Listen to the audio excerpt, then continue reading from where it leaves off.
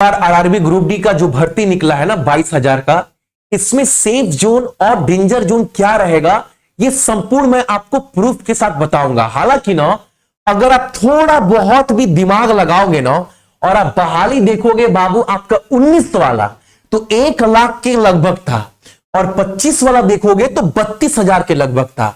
अगर मैं आपको ठीक डाटा बताऊं ना तो आप देख पाओगे 19 वाले में ना जो कंपटीशन था बाबू, ऑन एन एवरेज की बात कर रहे हैं पर सीट, वो लगभग 110 के आसपास था।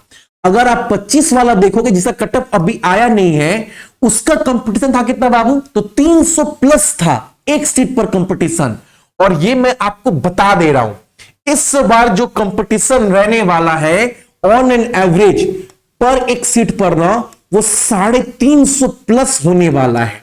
अब आपको पता है कि भैया 1-2 नंबर से अगर आंसर की के दिन, रिजल्ट के दिन ना अगर रिजल्ट नहीं होता है तो बहुत अफसोस होता है और उस समय दिमाग में बस एक बात आता है, काश इस जोन से हम फॉर्म फिलअप कर दिए होते।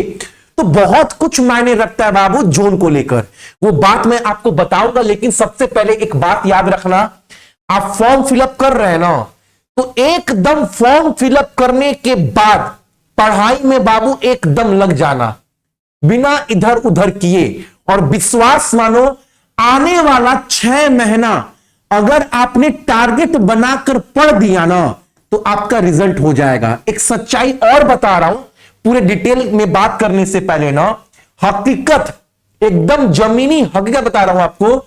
90% लोग ना फॉर्म फिलअप करने के बाद बस टुक टाक पढ़ते हैं, उसके बाद जब आपका एग्जाम नजदीक आता है, एग्जाम डेट आता है ना, थोड़ा सा चर्चा होने लगता है मार्केट में कि अब एग्जाम ग्रुप बी का आने वाला है, तब ना ये 90 में से 80% बच्चे एक्टिव हो जाते हैं।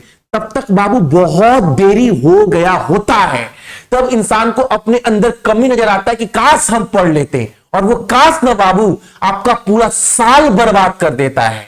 मैं गारंटी बोल रहा हूं, फॉर्म फिलअप करने के बाद अगर रोज टारगेट बनाकर पढ़ोगे ना, आपका रिजल्ट किसी का औकात नहीं है 26 में रोक देगा। ये बात याद रखना, ठीक है। फॉर्म फिलअप करने से पहले 1000 बार सोच लेना हम ये फॉर्म भर क्यों रहे हैं। सबसे पहले अगर आप देखोगे प्रीवियस ईयर का जो वैकेंसी आया था 19 वाला, हालांकि 25 वाला अभी कट ऑफ निकला नहीं है, अभी मैं रीड कर रहा हूं, बताऊंगा कितना जा सकता है। अगर आप ध्यान से देखोगे ना इस डाटा को तो आपको एक चीज नजर आएगा कि अहमदाबाद में जो कटअप गया था वो कितना गया था, 62 गया था जनरल का। ईडब्ल्यूएस, ओबीसी, एससी, एसटी देख लो। लेकिन अगर आप देखोगे बाबू गुवाहाटी का ना तो कटअप कितना गया है, गुवाहाटी देखो तो 60, ईडब्ल्यूएस 40, 50, 44, 36। हालांकि 19 का जो आपका भर्ती आया था उस भर्ती से, उस कटअप से 26 को बाबू आप एकदम तुलना कर ही नहीं सकते। अब आप जब भी फॉर्म फिलअप करते हो थोड़ा बहुत अपना दिमाग भी लगाना है, थोड़ी चीज बात आपको भी समझना है। अगर इस बार वैकेंसी की बात करें तो आप देखोगे इसके पहले बार 32,000 था, जो मैंने आपको बताया कंपटीशन था कितना, इस बार कितना रहने वाला है। अगर मैं सीधा अगर मुद्दे की बात करूं, इस बार बाबू कट ऑफ कहां का ज्यादा जा सकता है, तो सबको पता है भैया फॉर्म कितना भी हो, कितना भी गिरे, कम आए, वैकेंसी ज्यादा आए, भैया आरआरबी कोलकाता डेंजर जोन रहता है एनटीपीसी, एएलपी, ग्रुप डी हर एग्जाम के लिए। तो बाबू आरआरबी कोलकाता को मैं डेंजर जोन में रखूंगा और ये होगा। आप याद रखना, यहां पर मैं डेंजर लिख रहा हूं, यहां पर लिख रहा हूं सेफ जोन। आप अपने हिसाब से एक बार दिमाग लगा लेना, ठीक है। तो कोलकाता जो है ना बाबू, ये आपको भी पता है भैया, कोलकाता जोन भैया एक डेंजर जोन रहता है। हालांकि पढ़ाई अच्छे से करोगे ना तो आप किसी भी जोन से आप फॉर्म फिलअप कर दो, 75 के काबिल आप बन गए ना 6 महीने में, तो आपका रिजल्ट कोई नहीं रोक सकता। ये मैं बोल सकता हूं, 6 महीना समय है अपने आप को काबिल बनाने के लिए। अगर दूसरे जोन की बात करूं जो सबसे डेंजर है बाबू, तो वो याद रखना आप सभी, आरआरबी इलाहाबाद एक डेंजर जोन है। उसके बाद आप देखोगे ना सेंट्रल रेलवे हाजीपुर, ये डेंजर जोन है। तो आप बोल सकते हो डेंजर जोन में भैया कोलकाता के साथ साथ हाजीपुर भी रहने वाला है, इलाहाबाद यानी प्रयागराज भी रहने वाला है। अगर मैं अगला बात करूं तो आपको कितना दिखाया 3। अगर अगला डेंजर जोन की बात करें, जो मैंने कॉपी में ना पूरा डाटा देखा है, लिख कर रखा है, जयपुर, आरआरबी जयपुर बाबू याद रखना, बहाली यहां पर ज्यादा है। आरआरबी जयपुर में 483 बाबू, आपका जनरल का टोटल कितना है 966। तो जयपुर भी बाबू आपका एक डेंजर जोन में इस बार रहने वाला है, यह भी बात को याद रखना है। अगर अगले जोन की बात करें आप सभी का, आरआरबी कोलकाता, जयपुर, इलाहाबाद, गोरखपुर, गोरखपुर को मैंने नोट कर रखा है, गोरखपुर भी बाबू आपका एक डेंजर जोन है। तो ये 5 जोन जो है ना एक आपका डेंजर जोन है। अब जो सेफ जोन की बात करें, मानो या ना मानो, बहुत लोग बाबू गुवाहाटी में फॉर्म फिलअप करते हैं और गुवाहाटी में पर एक सीट का कंपटीशन भी ज्यादा होने लगा है in comparison to other zone.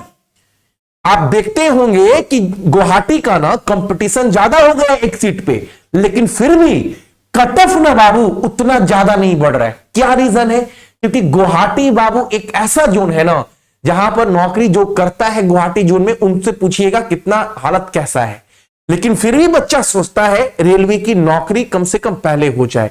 तो औसतन बच्चे जो है ना बाबू वो गुवाहाटी से भरते हैं, भले एक सीट पर कंपटीशन कितना भी हो।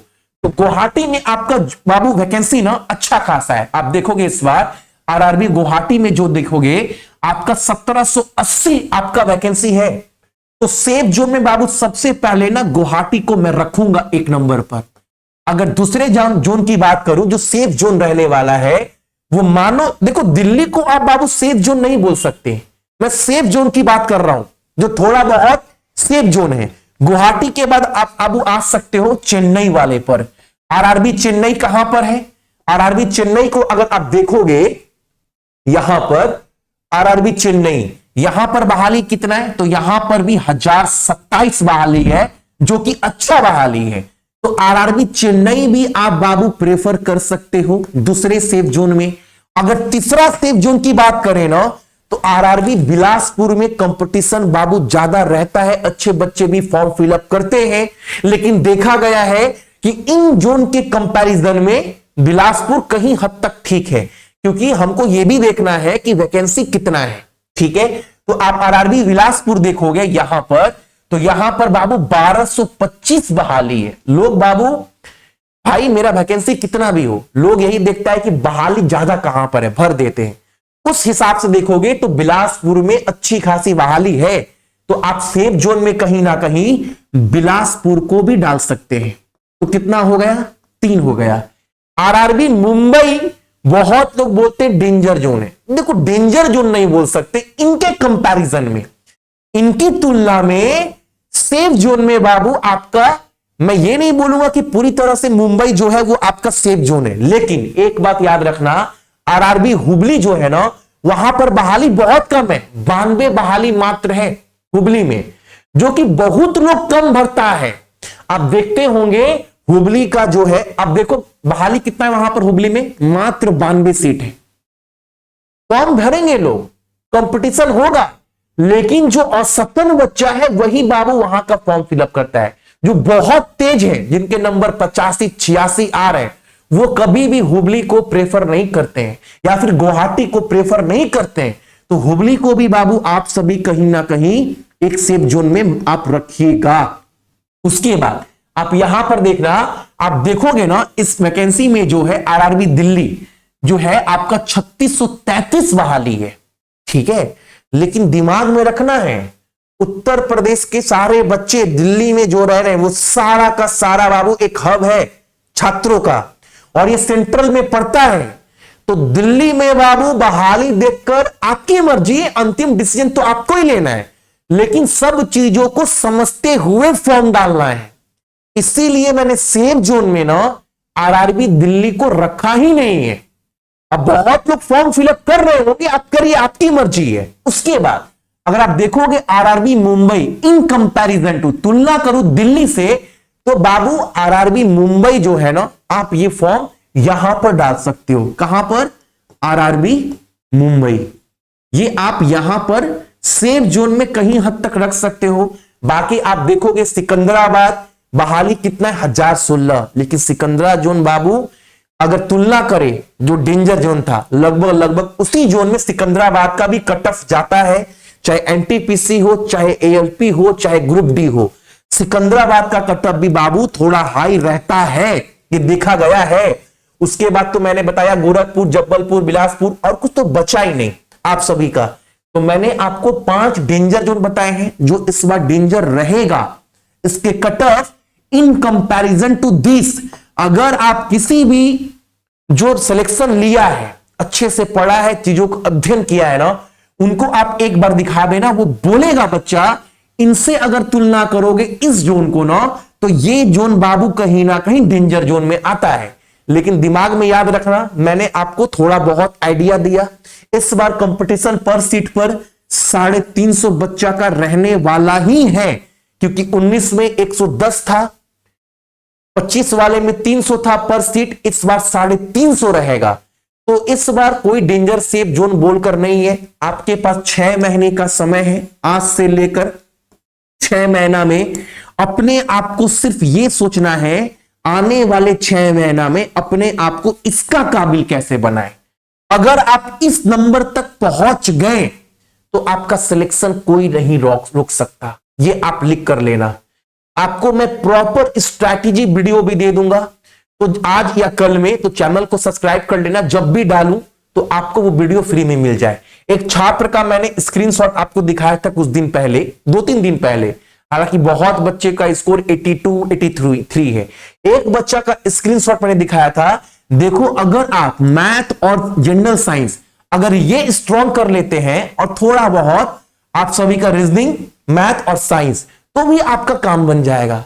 आपको नंबर जुटाना है, आपको एक स्ट्रैटेजी बनाना है कि हम यहां तक कैसे पहुंचे, इसके बारे में सोचना है दोस्त। आपको हमेशा एक प्रॉपर स्टडी प्लान आपके पास होना चाहिए। हालांकि हम लोग भी मेहनत कर रहे हैं, लगातार मेहनत कर रहे हैं। एग्जाम से 6 महीना पहले 80% से अधिक सिलेबस आपको कंप्लीट कर कर मैं दिया हूं, मैथ हो चाहे रीजनिंग हो। अपने तरीके से बाबू हर एक चीज समाप्त करना है। इसके लिए मैंने आपको डाउट ग्रुप भी दिया है, ये वाला जो बैच लॉन्च किए हैं रामबाण। लेकिन एक बात हमेशा बोला हूं, एनटीपीसी वाले बच्चों को भी बोला था, आपको भी बोल रहा हूं, बहुत समय है आपके पास, लेकिन मेरा वीडियो जो बहुत लोग देखेंगे, मान लो ये वाला, लेकिन जो एग्जाम को लेकर सीरियस है ना, जो अभी से मेहनत करने के लिए तैयार है, वही ये मेरे कोर्स से जुड़ना। ये नहीं कि हाँ अब 4 महीने कोर्स ले लिए, सारा कंटेंट सही है, सब दे दिए, अब 4 महीने के बाद पढ़ रहे हैं, रोज टुक टाक पढ़ रहे हैं, वैसे बच्चे बाबू मेरे कोर्स से मत लेना। क्योंकि पागल के हद तक मेहनत करते हर एक सब्जेक्ट में अकेला, और अकेला पढ़ाकर ही आपको सेशन देता हूं, आपने देखा भी होगा। तो बाबू मेहनत लगता है, कोई भी टॉपिक को उसके पीछे बहुत खोजबीन करता हूं, ताकि जो भी कंटेंट आप तक पहुंचाऊं आप बोलो भैया पढ़कर मजा आया। कोई भी किताब खोल रहे हैं, उस सब्जेक्ट को पढ़ने के बाद ना सवाल बनने लगा।